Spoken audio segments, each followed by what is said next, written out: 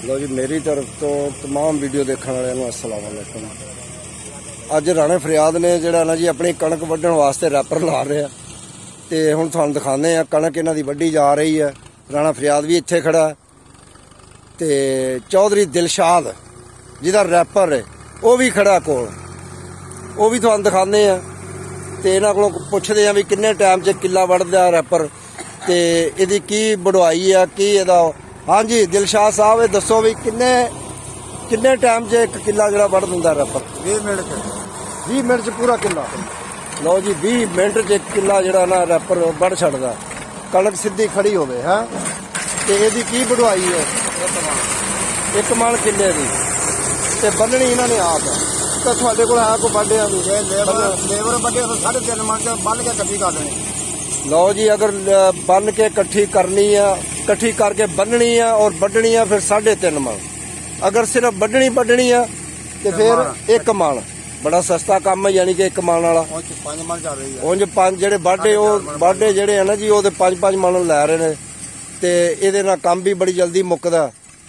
साडे पाकिस्तान च ज़्यादातर जेडे रैपर ही चलदे ने, वड्डियां मशीनां जेहड़ियां वो ते वड्डे जिमीदारां कोल चलदियां ने ते छोटे, क्योंकि इन्हां ने तूड़ी भी बनानी हुंदी आ, माल डंगर रखे होंदे डेरियां ते ओहदे वास्ते जेहड़ा तूड़ी लाजमी पूरा साल जेहड़ा ना फिर तूड़ी जेहड़ी है वो हर पट्ठियां च रला के डंगरां नूं खवानी हुंदी है। यह राणा फरियाद खड़ा इधर, एहदी भी कोई गल सुन लो। हाँ जी राणा फरियाद साहब, अस्सलाम वालेकुम व रहमतुल्लाहि व बरकातहू। अज ही अल्लाह ने खैर की है जी, काम शुरू किया है जी, गंदम की कटाई शुरू हो गई है तो माशाअल्लाह साडी तूड़ी वाली लेबर भी अज पहुँच गई है तो अल्लाह बस जी मौसम चंगा देवे जी। इंशाअल्लाह 20 दिन का मौसम अल्लाह चंगा देवे तो इंशाअल्लाह जी काम जिहड़ा ने अल्लाह ने खैर ये मन लगता रोजे खत्म हो जाए इंशाअल्लाह जी। तो पहला कोशिश करांगे भी अल्लाह ताला जी इस काम नूं जिहड़ा मुकम्मल कर दे। लो जी ये काम जिहड़ा ना जी तो पहले जिवें मशीनां लगियां ने, मौसम ने साथ दिया तो इंशाअल्लाह ताला जिहड़ा ना जी ये दाने जिहड़े लोकां दे घरां च खैर खरीद नाल पहुंच जाणगे ते कणकां माशाअल्लाह अजकल ठीक ने। हाँ जी ते फसल बहुत अच्छी है, अल्लाह नसीबा च करे खाण वालियां दे और चक्कण वालियां दे। रैपर चल रहा, कणक वड्ढी जा रही है, यह देखो रैपर चल रहा है। मेरे देखते देखते जड़ा ना जी तकरीबन विघा कणक जिन्हें वड्ढ छड्डी है ते मैनू आया भी अजे तकरीबन 3 ਤੋਂ 4 मिनट ही होए ने। वाकई सही गल है, कह रहा कि 20 मिनट च किला जड़ा ना जी 15 मिनट च निकल जाता।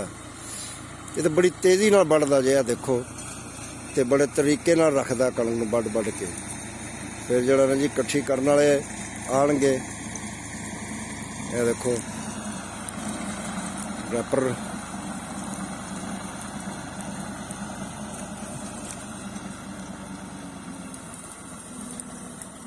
हुण जड़ा ना जी ये इत्थों सीधा रख के जाएगा।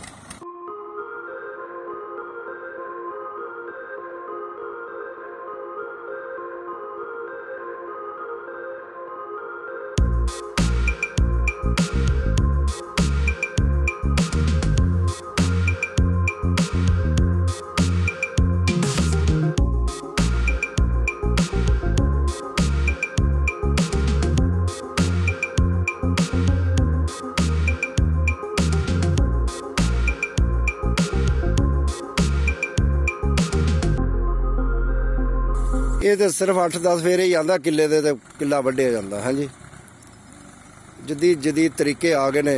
एक तूड़ी बनाने वाली मशीन है, वो भी तुहानूं दिखावांगे। इस वड्ढ दी वो तूड़ी भी बनाती है, दाने भी विचों चुगदी है दोबारा।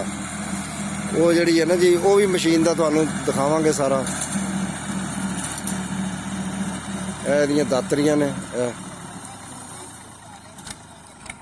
ये जिहड़ियां ने जी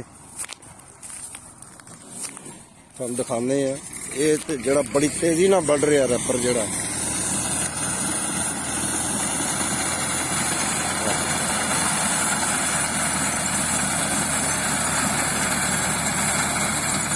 मशीनरी ने सारे मसले हल करते। अगे बाढ़े लगे होंगे सी, 1 किला 8 दिन वड्ढदे सन, बाढ़ी भी ज़्यादा 5-5 मन किले की लंदे सी बाढ़ी। हुण तो मशीनां जिहड़ियां 20 मिनट च 15 मिनट च किला वड्ढ के परां मारदियां, बन्नण वाले बन जाते हैं। 3-3.5 मन दाने सारा काम जिहड़ा एक दिहाड़ी च मुक जांदा। ਕਈ ਕਿੱਲੇ ਦਿਹਾੜੀ 'ਚ ਕੱਢ ਜਾਂਦੇ ਨੇ। ਹਾਂਜੀ, ਇਹ ਦੇਖੋ ਹੁਣ ਇਹ ਲੱਗੇ ਨੇ।